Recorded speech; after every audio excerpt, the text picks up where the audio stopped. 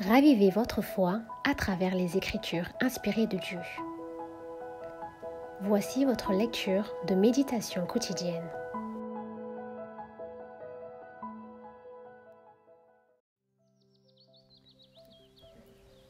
Dieu a fait cette promesse. Vous me chercherez et vous me trouverez si vous me cherchez de tout votre cœur. L'image de Dieu doit être restaurée en nous.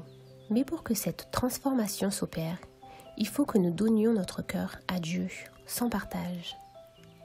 Nous sommes par nature ennemis de Dieu. Voici comment le Saint-Esprit décrit notre condition. Vous êtes morts par vos offenses et par vos péchés. La tête entière est malade et tout le cœur est souffrant. Rien n'est en bon état. Nous sommes retenus par les pièges de Satan et soumis à sa volonté. Dieu désire nous guérir et nous rendre la liberté. Mais comme cela nécessite une transformation complète de notre nature, il faut que nous nous abandonnions entièrement à lui. La guerre contre le moi est la plus grande qui ait jamais été livrée. L'abandon total de soi-même, la soumission entière à la volonté de Dieu ne s'obtient pas sans combat. Mais cette soumission est nécessaire à notre transformation et à notre sanctification. Le gouvernement de Dieu n'est pas fondé, comme Satan voudrait le faire accroire, sur une soumission aveugle de notre part et une domination arbitraire. Dieu fait appel à notre intelligence et à notre conscience. Venez et plaidons. Telle est l'invitation que le Créateur adresse aux êtres qu'il a créés. Il ne viole pas la volonté de ses créatures. Il ne peut accepter un hommage qui n'est pas volontaire et qui ne lui est pas donné intelligemment et de bon cœur. Une soumission forcée empêcherait tout vrai développement intellectuel et moral. Elle abaisserait l'homme à l'état d'automate. Tel est le dessein du Créateur. Il désire que l'homme, couronnement de sa puissance créatrice, atteigne le plus haut degré de développement. Il place devant nous la félicité à laquelle il veut que nous parvenions par sa grâce. Désireux d'accomplir sa volonté en nous, il nous invite à nous donner à lui.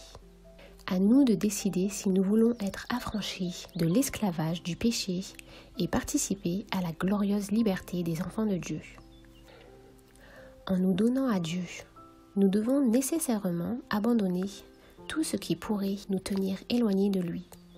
C'est pourquoi le Sauveur dit « Quiconque d'entre vous ne renonce pas à tout ce qu'il possède ne peut être mon disciple. » Mammon est l'idole de plusieurs.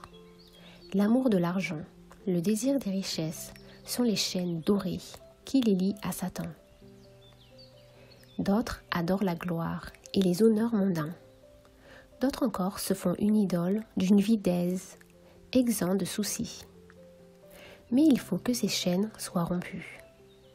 Nous ne pouvons être en partie au Seigneur et en partie au monde. Nous ne devenons les enfants de Dieu que dès le moment où nous le sommes en réserve. Il est des personnes professant servir Dieu qui comptent exclusivement sur leur force pour obéir à la loi, pour se corriger de leurs défauts et s'assurer le salut. Le cœur n'est pas touché par le sentiment profond de l'amour du Sauveur, mais elle s'efforce d'accomplir les devoirs de la vie chrétienne comme une condition à remplir pour gagner le ciel. Une telle religion ne vaut absolument rien. Quand Jésus-Christ demeure dans un cœur, celui-ci est tellement rempli de son amour et de la joie de sa communion qu'il se cramponne à lui. Dans la contemplation du Sauveur, le moi est oublié. L'amour qu'il porte au Christ devient le grand mobile de toutes ses actions.